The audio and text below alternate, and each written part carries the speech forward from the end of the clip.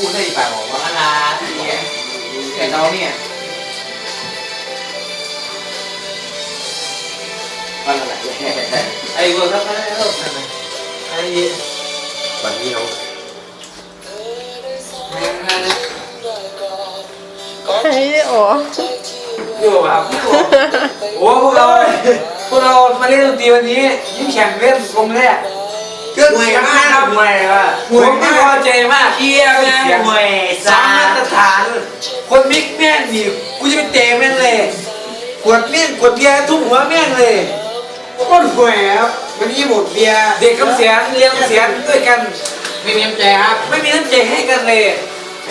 เอาเอฟเฟกต์ก็ไม่ได้เอฟเฟกต์ก็ของครูโรงเรียนกันเอฟเฟกต์ของครูไทยครับผมไปซ้อมก็ไปซ้อมบ่อยครับผมว่า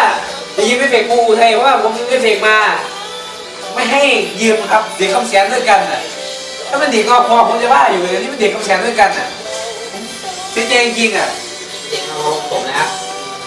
เสียใจมากเลยมาตรงกับกลางร้านกว่า